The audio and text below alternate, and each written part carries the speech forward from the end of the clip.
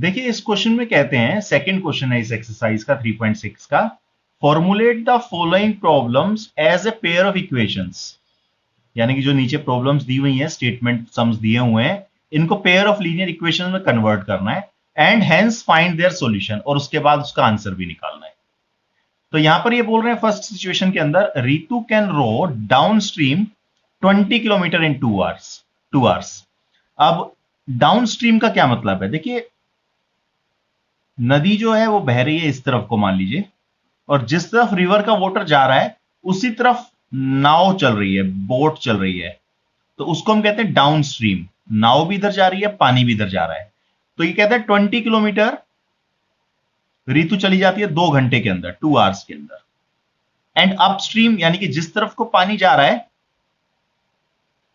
उसके opposite direction में हम नाव चला रहे हैं। अगर अपोजिट डायरेक्शन में नाव चला रहे हैं यानी कि नाव अब जा रही है इधर, तो उसकी स्पीड हो जाती है 4 किलोमीटर ट्रेवल कर रहा है वो 2 आवर्स में। तो बताइए speed of rowing in still water, अगर पानी ना चल रहा हो, पानी रुका हुआ हो, तो बोट की स्पीड क्या होगी?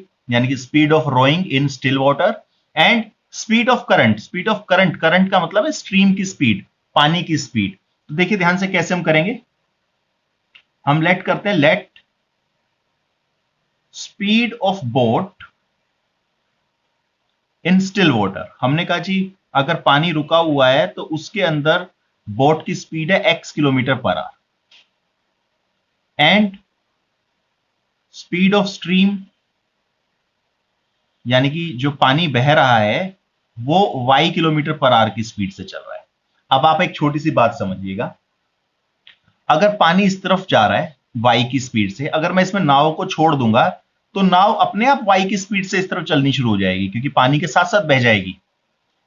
अब अगर मैं अपनी नाव को इसी तरफ चला रहा हूं और x की स्पीड से चला रहा हूं, तो नाव अपनी x की स्पीड से चल रही है और पानी उसको y की स्पीड से और धक्का लगा रहा है, तो speed of boat in down stream. तो यहां बहुत अच्छे से समझिए इस बात को कि डाउन स्ट्रीम में स्पीड, बोट की स्पीड क्या हो जाएगी? बोट x की स्पीड से चलता जा रहा है, पीछे से y की स्पीड से पानी भी उसको धक्का लगा रहा है, यानी कि टोटल स्पीड हो गया x plus Y kilometre per hour. अब ये आ गई speed of boat in downstream. लेकिन अकॉर्डिंग टू क्वेश्चन 2 आवर्स में 20 किलोमीटर ट्रेवल कर रहा है, यानी कि speed of boat in down stream,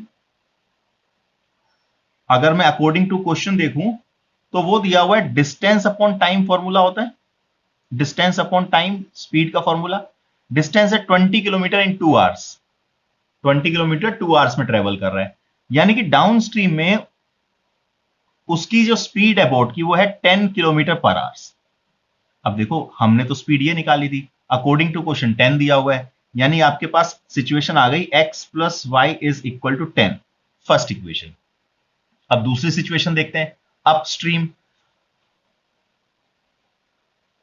speed of boat in upstream, upstream का मतलब है जिस स्पीड, जिस तरफ को, जिस डायरेक्शन में पानी जा रहा है उसके अपोजिट डायरेक्शन में नाव चलेगी। अब पानी जा रहा है इस तरफ y की स्पीड से, नाव आ रही है इस तरफ x की स्पीड से, यानी कि पानी के अंदर x की स्पीड से जब नाव इधर आएगी, पानी उसको y की स्पीड से पीछे धक्का लगा देगा। तो फाइनली आपके पास आ जाएगा speed of boat in upstream, x की स्पीड से नाव वापस आ रही है और पानी उसको y की स्पीड से वापस ले जा रहा है, यानी कि x माइनस वाई। यहां ध्यान रखिएगा कि x की वैल्यू y से बड़ी होनी चाहिए, नहीं तो नाव वापस चली जाएगी, आगे आएगी ही नहीं, ठीक है ना, वापस आ ही नहीं पाएगी। तो x minus Y kilometre per hour. लेकिन अब क्वेश्चन के हिसाब से अगर मैं स्पीड देखूं, speed of boat in upstream, तो बेटा फॉर्मूला वही होता है distance upon time. Distance 4 kilometre है, टाइम 2 आवर्स है, यानी कि 2 किलोमीटर पर आवर। यानी आपके पास सेकेंड इक्वेशन आ गई x minus Y is equal to 2, ये इक्वेशन 2 हो गई। अब हम इन दोनों इक्वेशंस को सॉल्व करते हैं। इक्वेशन 1 ये रही, इक्वेशन 2 ये रही, यानी कि x plus Y is equal to 10, x minus Y is equal to 2। अब किस मेथड से यूज सोल्व करें? एलिमिनेशन से कर लेते हैं, वो सबसे सिंपल सा लग रहा है यहां पर। अगर मैं एलिमिनेशन मेथड यूज कर रहा हूं तो बेटा y से y कैंसिल हो गया, साइन चेंज करने की भी जरूरत नहीं है, y से डायरेक्ट y कैंसिल हो गया। आपके पास आ गया 2x is equal to 12, x is equal to 6। अब इस x की वैल्यू को इक्वेशन 1 में या 2 में पुट कर दीजिए। Put the value of x in equation 1। अगर मैं 1 में पुट करता हूं तो बेटा x की जगह आप लिख दीजिए 6 प्लस y इक्वल टू 10, तो y is equal to 10 minus 6, ये 6 इधर जाकर माइनस हो जाएगा, y इक्वल टू 4। अब आप ध्यान से देखिएगा x क्या था, x है speed of boat in still water. अगर पानी रुका हुआ है तो नाव की स्पीड 6 किलोमीटर पर आवर। और y क्या है, स्पीड ऑफ स्ट्रीम यानी कि करंट, पानी की स्पीड, स्पीड ऑफ करंट यानी कि पानी की स्पीड 4 किलोमीटर पर आवर। और यही इन्होंने फाइंड करने के लिए कहा था। इसको बेटा आप नोट कर लो एक बार, पहले इस पेज को नोट कर लीजिए, इस पेज को भी नोट कर लो बेटा।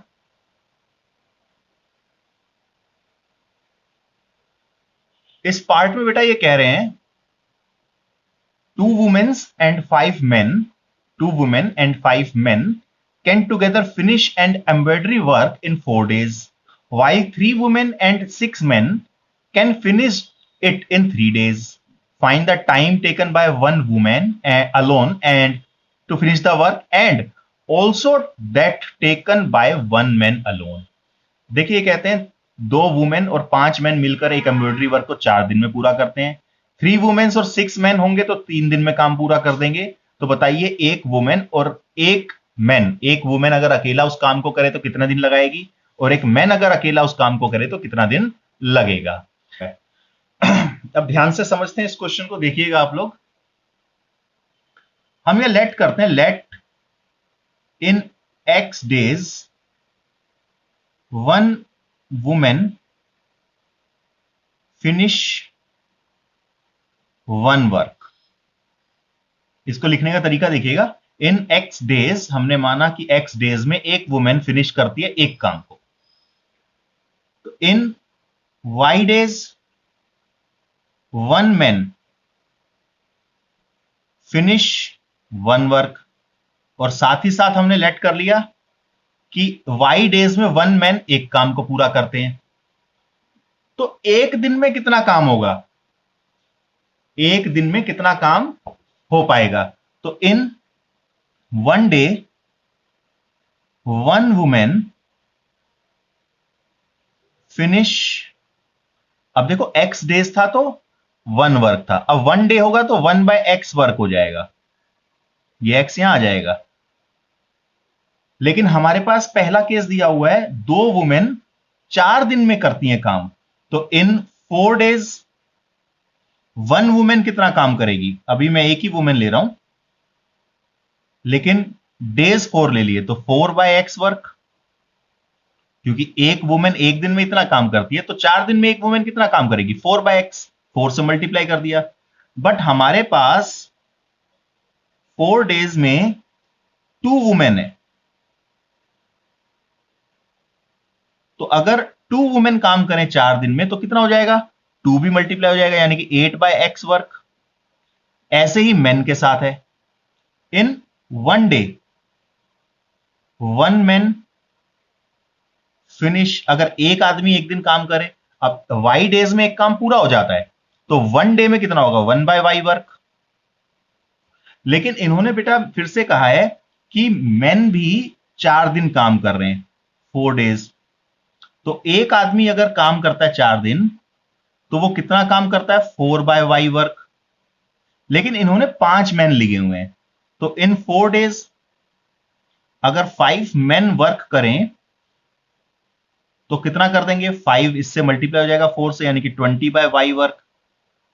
अब यहां आप ध्यान से समझिएगा, अकॉर्डिंग टू क्वेश्चन ये कहते हैं 4 दिन 2 वुमेन्स ने जितना काम किया और 4 दिन 5 मेंस ने जितना काम किया, इतना काम करने के बाद एक एम्ब्रॉयडरी वर्क पूरा हो जाता है। इतना पार्ट ऑफ वर्क किया, 4 डेज में 2 वुमेन्स ने इतना वर्क किया, 4 डेज में 5 मैन ने इतना पार्ट ऑफ वर्क किया, दोनों को प्लस कर दे तो एक embroidery work complete, first equation. Similarly अब आप ध्यान से देखिएगा, सिमिलरली सेकेंड इक्वेशन देखिए, अगर 4 डेज और 2 वुमेन था तो 8/x आया, 4 डेज और 5 मैन था तो 5 4 20/y आया। अब इन्होंने कहा 3 वुमेन 3 डेज यानी कि 9/x और 6 मैन 3 डेज यानी कि 18/y। Again one work complete हो जाएगा, सेकेंड इक्वेशन। यहां तक ये क्लियर हुआ बेटा आप लोगों को?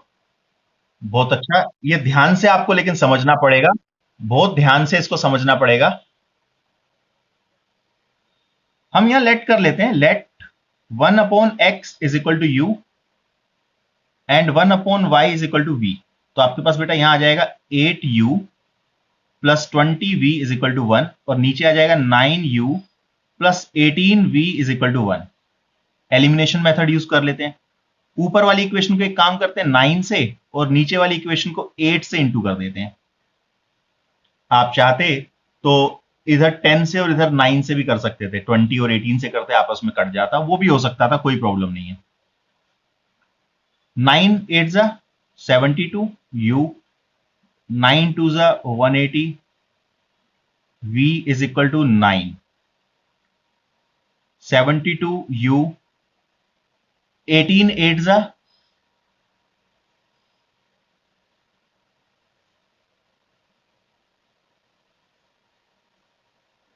144।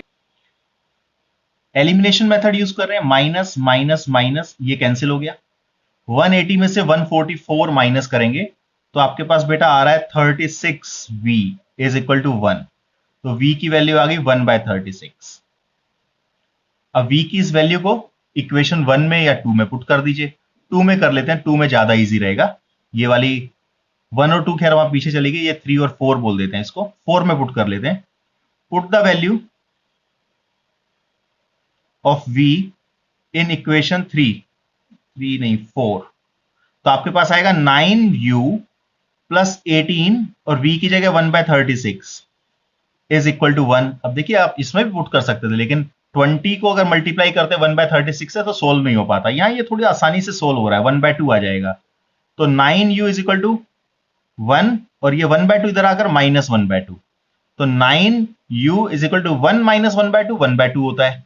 तो u आ गया 1/18, ये 9 भी नीचे आ जाएगा। x और y निकालना है, 1/x is equal to u, 1/y is equal to v। तो 1/x is equal to u की वैल्यू 1/18 यानी कि x आ गया 18 और 1/y is equal to v की वैल्यू 1/36 यानी कि y आ गया 36। दैट मीन्स आप ध्यान से देखिएगा, x क्या था हमारे पास, x है एक वुमेन एक काम को कितने दिन में पूरा करती है, और y क्या है, एक मैन एक काम को कितने दिन में पूरा करता है। तो in 18 days one women finish one work and अगर हम मैन की बात करें, in 36 days one man finish one work. Is it okay, clear है?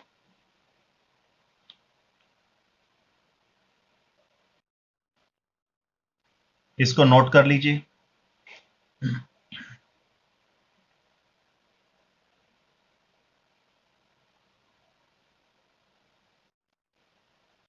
सेकंड क्वेश्चन का last part.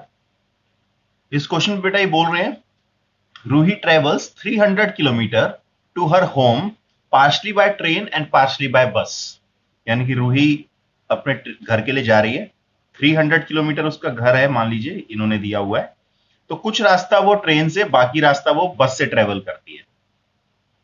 She takes 4 hours if she travel 60 kilometre by train, अगर वो 60 kilometre train से ट्रेवल करे, एंड रिमेनिंग बाय बस, बाकी कितना बचा 240 बस से ट्रेवल करे, तो उसको 4 आवर्स लगते हैं। If she travel 100 kilometre by train and remaining by bus, 100 kilometre train से जाए और बाकी बचा हुआ 200 किलोमीटर बस से जाए, शी टेक्स 10 मिनट लॉन्गर, तो उसको 10 मिनट ज्यादा लगते हैं। बताइए कि ट्रेन की और बस की स्पीड क्या होगी। तो ध्यान से समझिएगा बेटा, कैसे कैसे हम इसको फाइंड करने वाले हैं। देखिए मैं लेट करता हूं, लेट स्पीड ऑफ ट्रेन जो है वो है x किलोमीटर पर आवर। और अगर आप बात करें स्पीड ऑफ बस की तो उसको मैं मान लेता हूं कि वो y किलोमीटर पर आवर है। अब देखिए यहां पर दो केस दिए हुए हैं। केस फर्स्ट के हिसाब से अगर डिस्टेंस कवर्ड बाय ट्रेन कितना होता है 60 किलोमीटर और डिस्टेंस कवर्ड बाय बस रिमेनिंग कितना बच गया 240 किलोमीटर। तो टोटल मिलाकर उसको 4 आवर्स लगते हैं। तो इसकी सिचुएशन से हम एक इक्वेशन बनाते हैं, ध्यान से समझिएगा कैसे इक्वेशन बनाएंगे। देखिए टाइम जो होता है, अगर आप स्पीड का फॉर्मूला देखें तो डिस्टेंस अपॉन टाइम। तो टाइम का फॉर्मूला क्या होगा, डिस्टेंस अपॉन स्पीड। तो सबसे पहले मैं टाइम टेकन बाय ट्रेन निकाल लेता हूं। Time taken by train. अब देखिए ट्रेन से अगर हम जा रहे हैं तो हम ट्रेन से 60 किलोमीटर ट्रेवल कर रहे हैं, 60 किलोमीटर, और हमारी स्पीड है ट्रेन की x, यानी कि ट्रेन जो लगाएगी 60 किलोमीटर ट्रेवल करने में 60 अपॉन x आवर्स लगाएगी। एंड टाइम टेकन बाय बस, और अगर बस से हम ट्रेवल कर रहे हैं बाकी बचा हुआ हिस्सा यानी कि 240 किलोमीटर डिस्टेंस हो गया। बस की स्पीड y दी हुई है तो बस में इतना टाइम लगेगा। अब अकॉर्डिंग टू क्वेश्चन ये कह रहे हैं कि टोटल टाइम जो है यानी कि 60 upon X plus 240 upon Y वो 4 आवर्स है। यानी कि फर्स्ट सिचुएशन आ गई। अगर हम ट्रेन से 60 किलोमीटर जाते हैं और बस से 240 किलोमीटर जाते हैं तो 4 आवर्स लग रहे हैं। ये हमारे पास यहां से फर्स्ट सिचुएशन आ गई, क्योंकि टाइम का फॉर्मूला होता है डिस्टेंस अपॉन स्पीड। यहां से हमने ट्रेन में कितना टाइम लगा वो निकाल लिया, बस में कितना टाइम लगा वो निकाल लिया। अगर मैं केस 2 की बात करूं बेटा, सेकेंड केस, तो देखिए अगर आप इसी में देखेंगे सिमिलरली, दोबारा से लिखने की जरूरत नहीं है। आप यहां पर ट्रेन से जा रहे हैं 100 किलोमीटर, यानी कि 100 बाय एक्स आवर्स टाइम लगेगा। बाकी बचा हुआ यानी कि 200 आप बस से जा रहे हो यानी कि 200 बाय वाई आवर्स लगेगा। तो कहते हैं 10 मिनट्स टाइम बढ़ गया, यानी कि पहले तो 4 आवर्स लग रहे थे, अब 10 मिनट और लग रहा है, 10 मिनट और लग रहे हैं। तो अब इसके कैलकुलेट करके एक और इक्वेशन हम बना लेते हैं। यहां पर ये आवर्स में दिया हुआ है तो हम इसको भी आवर्स में चेंज करेंगे। 4 तो ऑलरेडी आवर्स में ही है, 10 मिनट्स को अगर आप आवर्स में चेंज करेंगे तो ये हो जाएगा 10 अपॉन 60 आवर्स। 60 से डिवाइड कर देंगे क्योंकि 60 मिनट मिलकर एक 1 आवर बनता है। तो यहां आ जाएगा 4 प्लस 1 बाय 6 आवर। इसको सिंप्लीफाई करेंगे एलसीएम लेके, जैसे भी आप करना चाहें। तो 25 बाय 6, 6 4 जा 24, 24 plus 1 25 hours. 100 by x plus 200 by y. ये आपकी बेटा सेकंड सिचुएशन आ गई। अब आप क्या करेंगे, देखिए हमें फाइंड करना है एक्स और वाई की वैल्यू को। या हम लेट कर लेते हैं, let 1 by x is equal to you and 1 by y is equal to we. तो आपके पास यहां से सिचुएशन बेटा u और v की फॉर्म में आ जाएगी। 60u plus 240v is equal to 4, और यहां से सिचुएशन आ जाएगी बेटा 100u plus 200v is equal to 25 by 6। इसको मैं थर्ड इक्वेशन बोलता हूं, इसको फोर्थ इक्वेशन बोलते हैं। और इसको एलिमिनेशन या सब्सटीट्यूशन किसी भी मेथड से हम सोल्व करके u और v फाइंड कर लेते हैं। तो ध्यान से देखिएगा आगे। अब हम इसको एलिमिनेशन मेथड से ऐसा करते हैं, इसको सोल्व करते हैं। तो ऊपर वाली इक्वेशन को मैं ऐसा करता हूं 100 और नीचे वाली इक्वेशन को 60 से इंटू कर देता हूं, यानी कि u के कोफिशिएंट से मैंने मल्टीप्लाई किया। सिंप्लीफाई करते हैं, ये कैंसिल हो जाएगा। अगर आप और कैंसिल करना चाहें तो और कैंसिल कर दीजिए, अदरवाइज 10 से ऊपर मल्टीप्लाई कर देते तो ऊपर आ जाएगा बेटा यहां पर 600u प्लस 2400v 4 इंटू 10 40। ऐसे 6 से इंटू करेंगे तो 6 इंटू 100 600u प्लस 1200v और 25/6 को अगर 6 से मल्टीप्लाई करेंगे तो बेटा 25 आ जाएगा, 6 से 6 कैंसिल हो जाएगा। यूजिंग एलिमिनेशन मेथड अगर आप साइन इसके चेंज कर देते हैं तो ये कैंसिल हो गया। 2400 माइनस 1200, अगर इसमें से इसको माइनस करेंगे बेटा तो 1200 v बचेगा, v एज इट इज साथ में आ जाएगा। और 40 माइनस 25 15 होता है, तो v की वैल्यू बेटा आपके पास आ गई 15/1200। सिंप्लीफाई कर लेते हैं इसको और ज्यादा,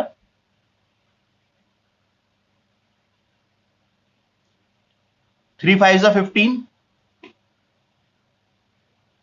80, यानी कि v आपके पास आ गया 1/80। ये आपके बेटा v की वैल्यू है। अब हम u की वैल्यू फाइंड करेंगे यहां पर।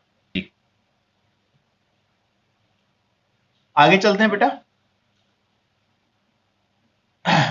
u की वैल्यू फाइंड करने के लिए हम क्या करेंगे, put the value of v in equation, या तो 1 में पुट कर दो या 2 में पुट कर दो। मुझे लगता है 2 में पुट करना ज्यादा बेटर रहेगा।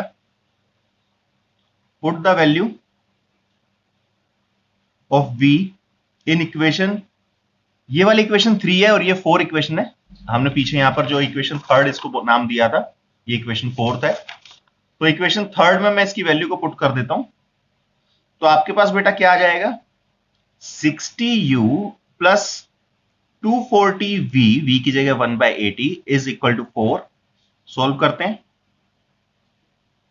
3 आ जाएगा यहां पर, तो 60u is equal to 4 minus 3, ये 3 आए इस तरफ आकर नेगेटिव हो जाएगा, माइनस हो जाएगा। तो फाइनली बेटा आपके पास आ गया 60u इज इक्वल टू 1 और u इज इक्वल टू 1/60। अब हमने लेट क्या किया था, 1/x is equal to u और 1/y is equal to v। तो जहां पर बेटे आपने u की वैल्यू फाइंड की है यानी कि 1/60, वो यहां लिख दीजिए, और v की वैल्यू 1/80 वो यहां लिख दीजिए। तो आपके पास x आ जाएगा 60 और y आ गया 80। अब x क्या था, x है speed of train, speed of train जो कि आपको फाइंड करनी थी, वो आ गई 60 किलोमीटर पर आवर। और अगर मैं बेटा स्पीड ऑफ बस की बात करूं तो वो आ जाएगा 80 किलोमीटर पर आवर। यही आपका फाइनली आंसर है, इसको आप नोट कर लो। पहले इस वाले पेज का स्क्रीनशॉट ले लीजिए।